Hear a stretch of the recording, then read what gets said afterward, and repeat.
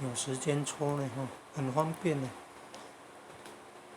按下时间戳记就能够马上听该首音呢，很用心呢。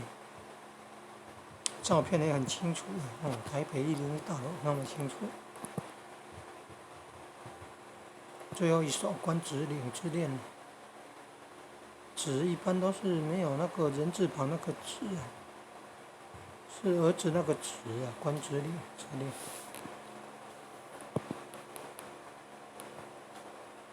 台语的话，关安念歌仔戏歌戏，